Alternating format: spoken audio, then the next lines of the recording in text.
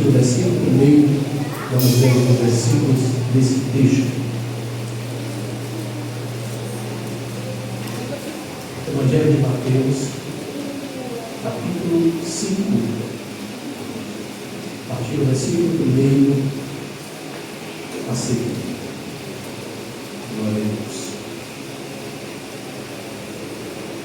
Todos encontraram? Diz assim a palavra do Senhor. Jesus, vendo a multidão, subiu ao monte e, assentando-se, aproximavam-se dele os seus discípulos e, abrindo a boca, os ensinava, dizendo: Bem-aventurados os pobres de espírito, porque deles é o reino dos céus. Bem-aventurados os que choram, porque eles serão consolados. Bem-aventurados os mansos, porque eles herdarão a terra. Bem-aventurados os que têm fome e sede de justiça, porque eles serão fartos. Bem-aventurados os misericordiosos, porque eles alcançarão misericórdia. Bem-aventurados os limpos de coração, porque eles verão a Deus. Bem-aventurados os pacificadores, porque eles serão chamados filhos de Deus. Bem-aventurados que sofrem perseguição por causa da justiça, porque deles é o reino dos céus. Bem-aventurados sois vós, bem-aventurados quando vos injuriares e perseguirem e mentindo disserem todo mal contra vós, por minha causa. Exultai e alegrai-vos, porque é grande o vosso galardão dos céus, porque assim fizeram, assim perseguiram os profetas que foram antes de vós. Podem tomar os vossos assentos em nome de Jesus. Glória a Deus. Estamos diante de uma palavra muito conhecida de nós. Creio que todos já passaram por essa passagem, por esses versículos. É muito conhecido. O ensinamento de Jesus, as bem-aventuranças. Com esse, hoje nós iremos falarmos sobre as bem-aventuranças e aprendermos sobre elas. Bem-aventuranças ou bem-aventurados significa feliz, abençoados, afortunados. Essa é a palavra, é o significado da palavra bem-aventurado. E aí Jesus, ele inicia dizendo: Bem-aventurados os pobres de espírito. Quando Jesus fala sobre os pobres de espírito, aqui Jesus não está se referindo a algo material, mas ele está referindo-se às nossas necessidades espirituais.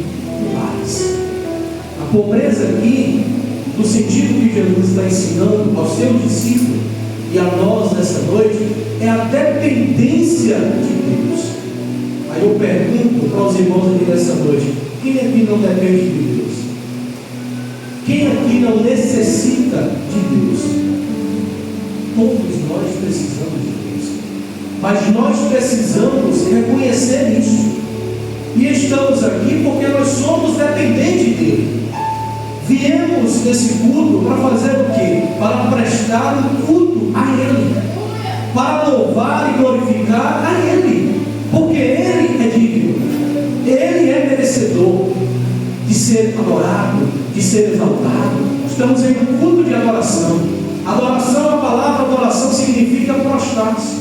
Então viemos para nos prostrarmos, para nos rendermos, para reconhecer a soberania de Deus e reconhecer a nossa pequenez, a nossa limitação, o nosso estado. Aí quando Jesus fala sobre ser pobre de espírito, o salmista Davi, lá no Salmo 40, verso 17, ele diz assim: eu sou pobre e necessitado, mas o Senhor cuida de mim. Davi era pobre, irmão?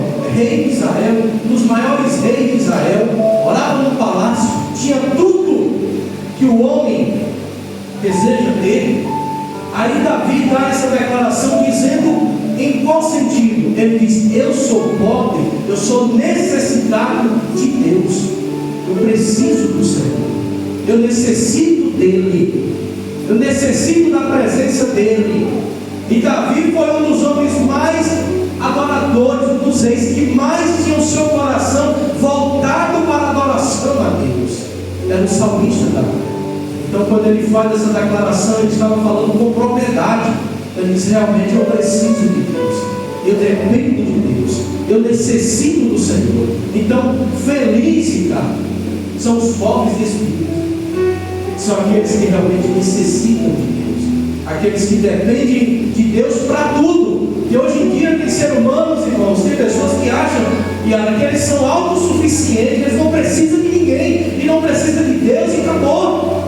Eles se acham, se colocam alto num pedestal elevado, achando que eles não são dependentes. E na realidade, irmãos, nós não somos nada.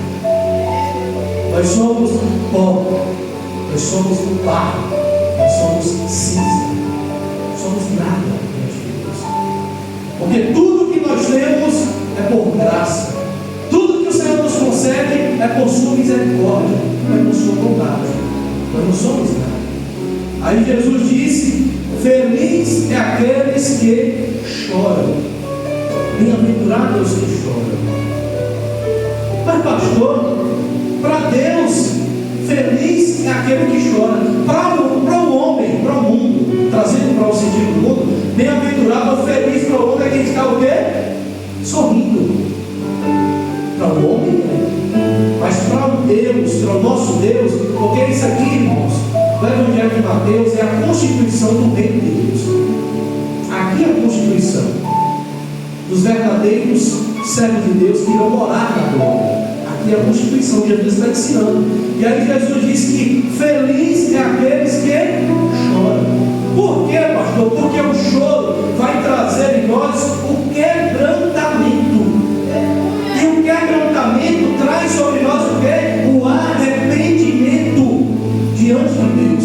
E é isso que o Senhor quer em nós, que nós sejamos quebrantados, que nós possamos chorar e nos derramar diante do nosso Deus, reconhecendo as nossas fraquezas, reconhecendo os nossos pecados, reconhecendo as nossas falhas, os nossos erros, porque todos os dias nós falhamos, todos os dias nós erramos, nós pecamos. Mas bem-aventurados somos nós, que quando adentramos na presença do Senhor, nos derramamos em lágrimas.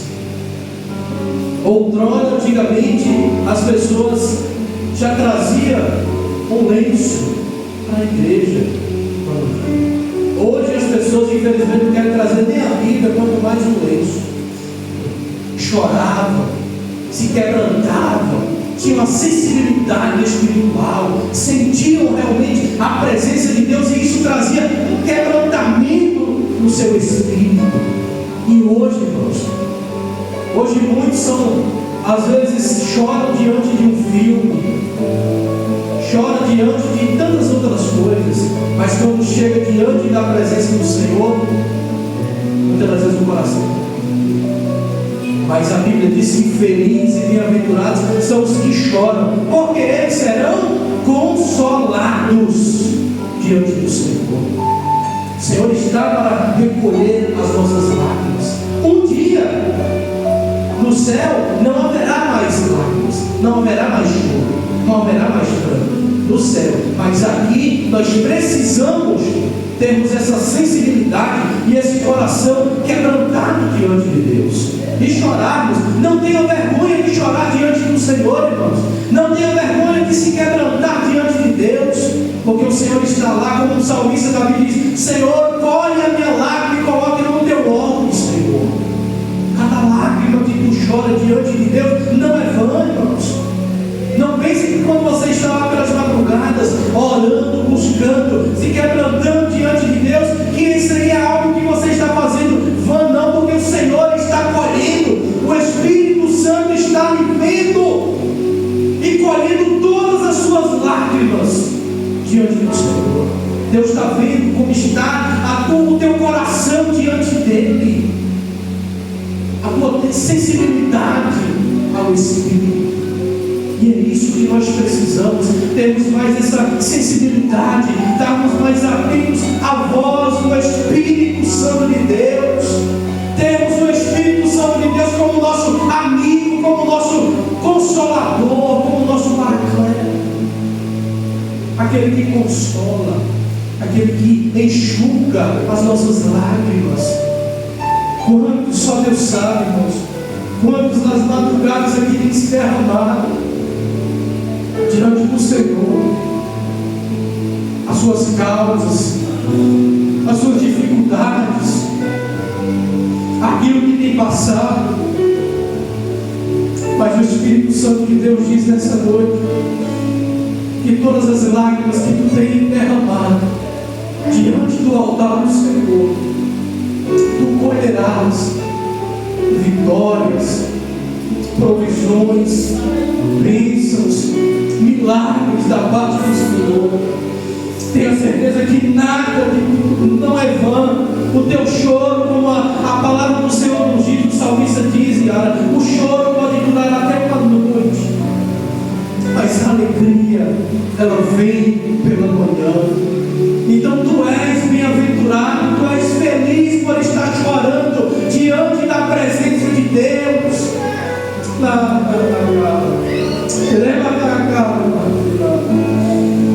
Então não se vergonhe de chorar, se derramar diante do teu Pai, diante da presença daquele que nos conhece. A Bíblia diz que o Espírito Santo intercede por nós com gemidos inexprimíveis.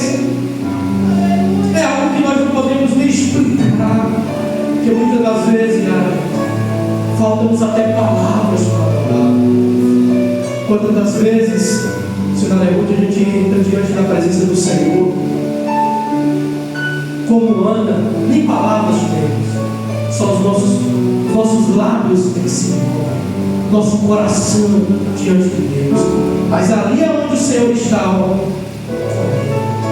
levando como cheiro suave diante da presença daquele que vê, que ouve e sabe todas as coisas.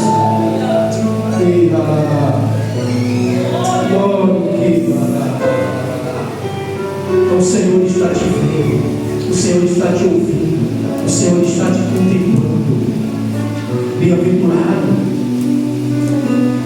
são os humildes, irmãos, os humildes. A palavra humilde ou humildade vem da mesma raiz da palavra humus. Humus quer dizer barro, pó. Nós precisamos reconhecer isso. Nós precisamos entender que nós não somos nada sem Deus. Não adianta, irmãos. Diante da honra, irmãos, vai a humildade. E nós temos o maior exemplo de humildade, aquele que nos ensinou essa palavra. Aprendei de mim.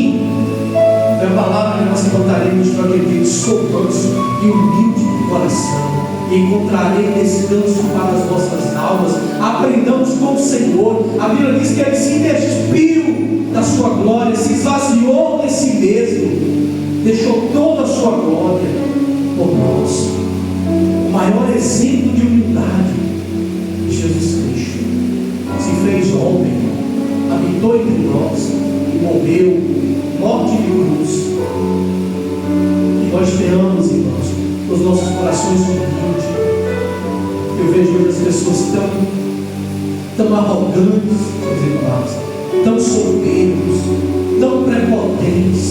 Aí eu fico imaginando Jesus com toda a sua glória, sendo 100% homem, 100% Deus, veio, serviu a todos, deu a sua vida por todos, vivia entre todo o povo na maior simplicidade, na maior humildade. Jesus, eu admiro tanto o nosso mestre pela sua humildade e simplicidade. Jesus era um homem simples, e ele estava no meio de todos. Nunca vi Jesus fazer diferenciação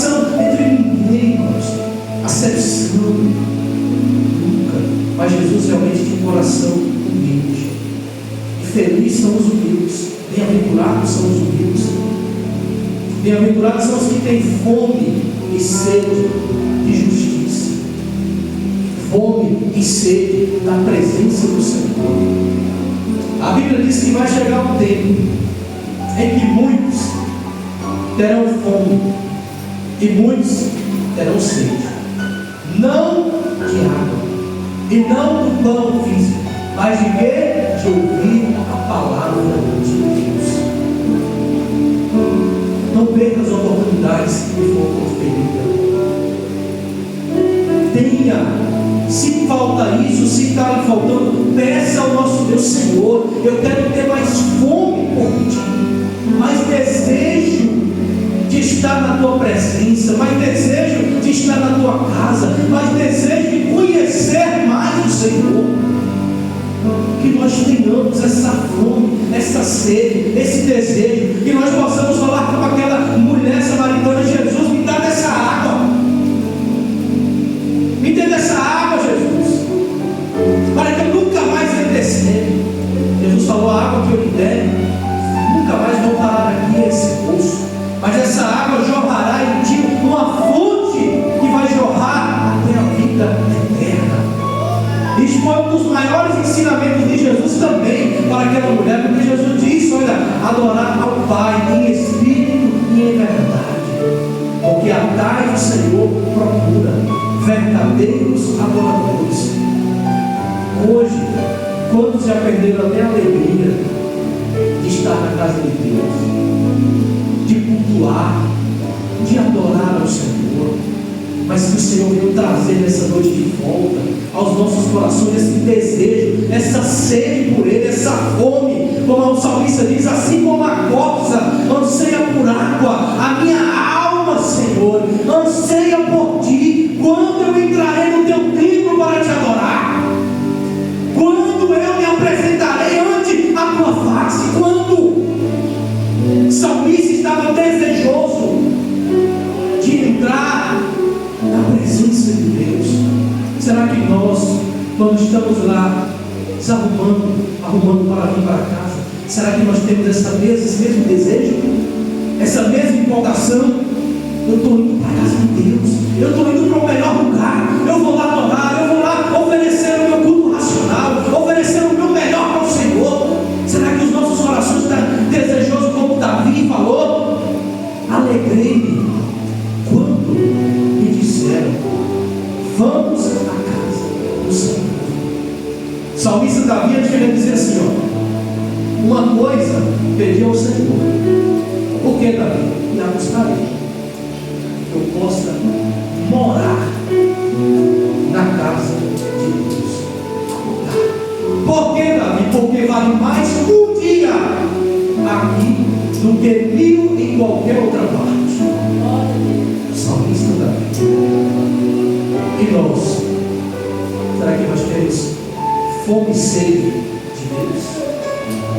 Desejo pelo Senhor? Não vejo a hora de ir ao culto, não vejo a hora de estar na casa do Senhor, não vejo a hora de ir lá adorar, não vejo a hora de prestar uma adoração ao Senhor, de ofertar, de oferecer ao nosso Deus, não vejo a hora de estar na igreja, de estar no culto.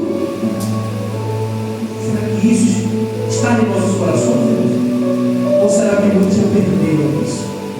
Essa chama, esse desejo de estar aqui para glorificar, para exaltar, para adorar o nome santo de Jesus.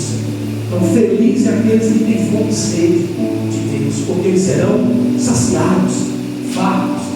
Aí Jesus disse que felizes são os misericordiosos, porque eles alcançarão misericórdia. Os nossos corações precisam exercer a misericórdia. A Bíblia diz, Jesus contando uma parábola, que um homem ia descendo, foi espancado e quase morto na beira do caminho. A Bíblia diz que passou o sacerdote, viu aquele homem e fez o que ele fez? Passou de lado. Veio o levita, viu aquele homem quase morto, e o que ele fez? Passou de lado. Aí a Bíblia diz que veio quem?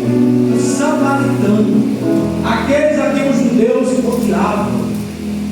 Quando viu aquele moço, pegou, limpou as suas feridas, colocou no seu caminho, levou para a hospedaria e disse: o que ele precisar, pode dar. E quando eu retornar, eu pagarei. Aí eu pergunto para os irmãos: quem exerceu misericórdia para com aquele homem? O samaritano, a qual todos criticavam naquela época. E aqueles judeus, porque o sacerdote era judeu, o levita judeu, conhecedor da lei, conhecedor da palavra, mas não exerceram misericórdia.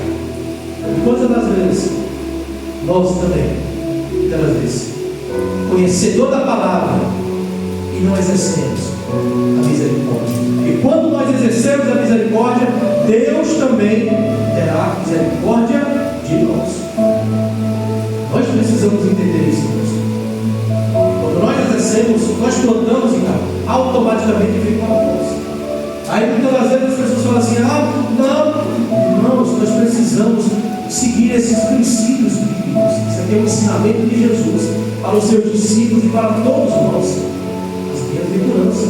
Aí Jesus disse que bem-aventurados são, felizes são os puros de coração, porque esses verão a Deus. Cada dia nós precisamos ter os nossos corações purificados, os nossos corações limpos, transformados. Nós não podemos deixar nem criar nenhuma raiz de amargura em nossos corações, nunca.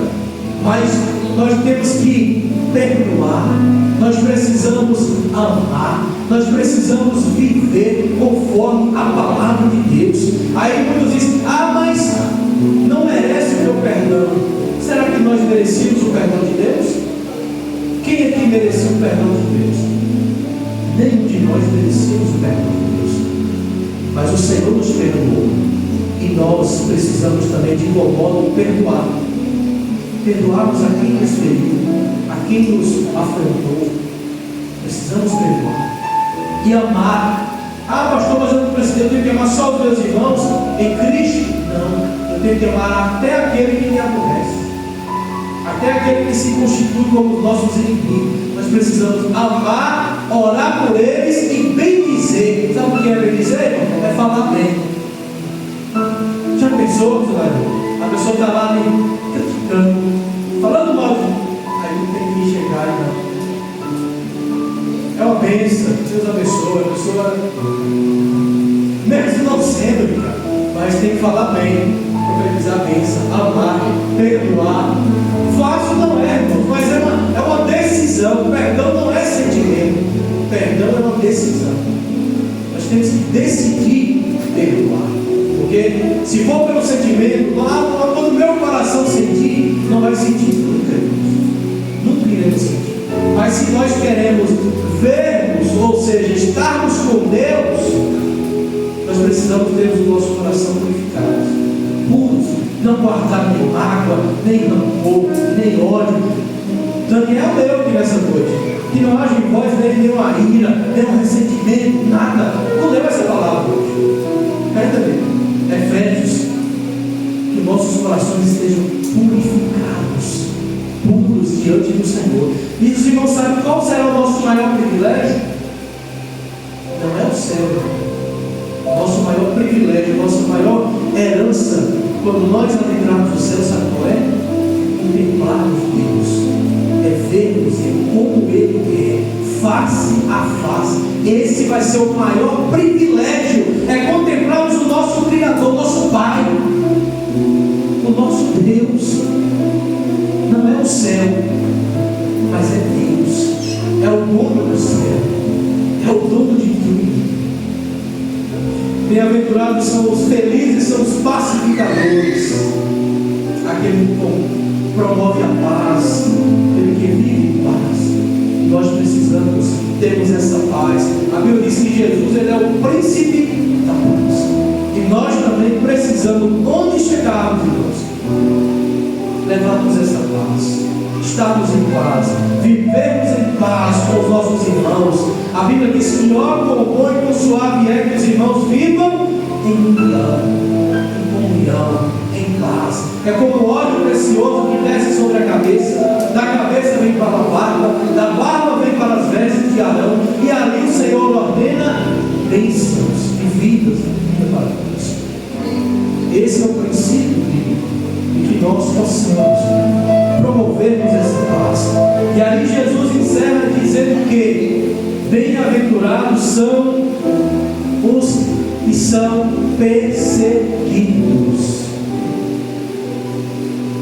Quem é que gosta de ser perseguido? Cara, mas Jesus diz que é feliz aqueles que são perseguidos. Irmão, ninguém gosta de ser perseguido. Mas Jesus disse que bem-aventurados sois quando vos injuriares e perseguires, e mentindo disserem todo o mal contra vós por minha causa. Aí o Senhor Jesus completa aqui, ele diz assim: exultai-vos e alegrai-vos, porque é grande o vosso galardão no céu. Por que diz? Porque assim perseguiram os profetas que foram antes de vós. Que nós possamos ficarmos com essa palavra em nossos corações. Tudo aquilo que Jesus ensinou e falou conosco aqui nessa noite, que nós possamos viver. Porque felizes são os pobres de espírito, porque deles é o reino dos céus. Felizes são os mansos, porque eles herdarão a terra. Felizes são os que têm fome e sede de justiça, porque eles serão fartos. Felizes são os misericordiosos, porque eles alcançarão misericórdia. Felizes são os limpos de coração, porque eles verão a Deus. Felizes são os pacificadores, porque eles serão chamados filhos de Deus. E felizes são os que sofrem perseguição por causa da justiça, porque deles é o reino dos céus. E Jesus ainda completa: felizes sois vós quando vos injuriares e perseguirem e mentindo disserem todo mal contra vós por minha causa. Então esta é a palavra do nosso Deus para nós. E nós possamos ficarmos com essa palavra e vivermos ela, sabendo que para entrar no reino do céu precisamos obedecer esses princípios que aqui foi estabelecido por Jesus. Porque esse aqui, irmãos, são tudo aquilo que nós necessitamos fazermos, praticarmos, para herdarmos a glória do nosso bom e rico Deus. Ficamos com essa palavra, e só aqueles que podem aplaudir a Jesus, aplaudem, porque Ele é